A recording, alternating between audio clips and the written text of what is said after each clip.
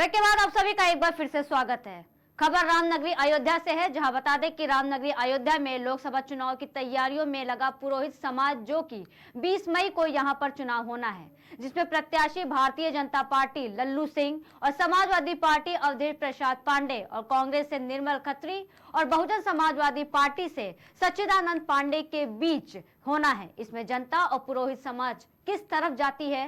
पुरोहित समाज के लोगों से बातचीत के दौरान भारतीय जनता पार्टी प्रत्याशी लल्लू सिंह को फिर से सांसद बनाकर लाना है और प्रधानमंत्री पद पर दामोदर दास नरेंद्र मोदी को बैठाना है।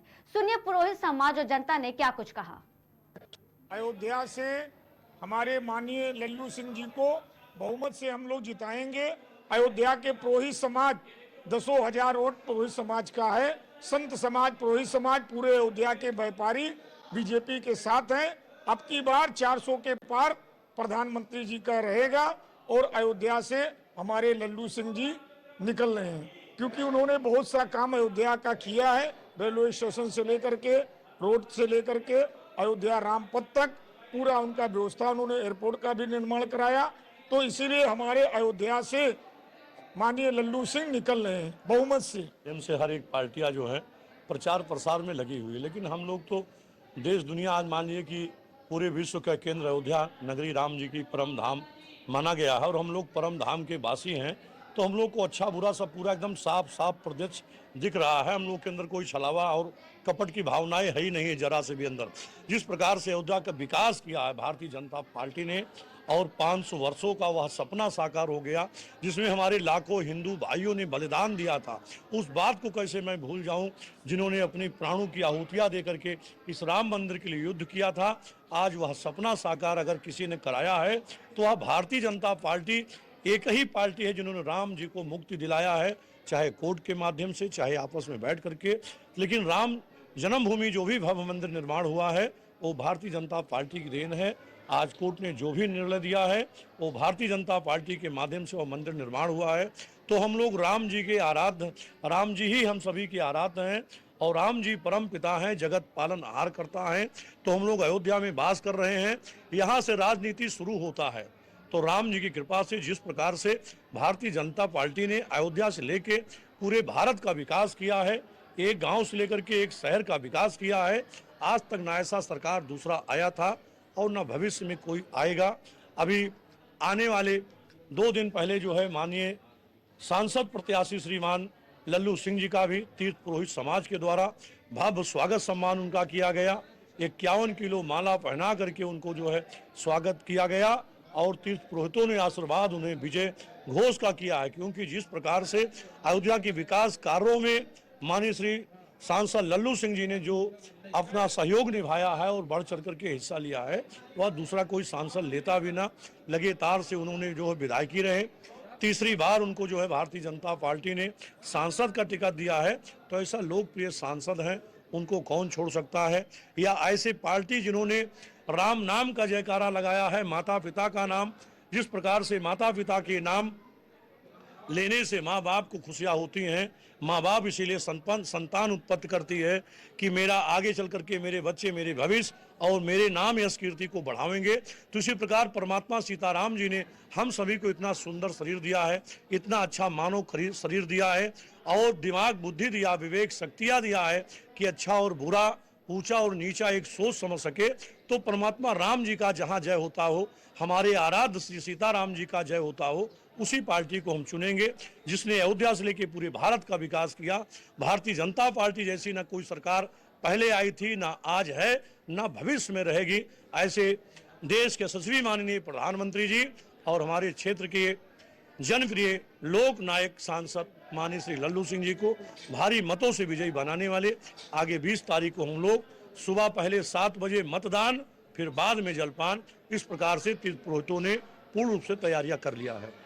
जनता को मैं यही संदेश देना चाहता हूं कि जिस प्रकार से हर एक जनता के पास विवेक है, बुद्धि है, हर चीज सोचने समझने की शक्तियां हैं, तो जिस प्रकार से भारतीय जनता पार्टी ने जात पात का भेदभाव छोड़ करके, चाहे हिंदू हो, मुस्लिम हो, सिख हो, ईसाई हो, यादव हो, ब्राह्मण हो, किसी भी जात का कोई भेदभाव नहीं किया। मैं पहले भी कह चुका कि जात पात पूछे नहीं कोई, हर का भजे सो हर का हुई। यही एक पार्टी सरकार ऐसी है, हर एक जात हर एक वर्ग के लोग को सरकार की सारी सुख सुविधाएं, चाहे उज्ज्वला को लेकर के हो, चाहे आयुष्मान को लेकर के हो, चाहे आवास का लेकर के हो, चाहे शौचालय के लेकर के हो, जल का लेकर के हो, सारी सुख सुविधाएं इसने भेदभाव नहीं देखा। एक ही पार्टी ऐसी भारतीय जनता पार्टी है।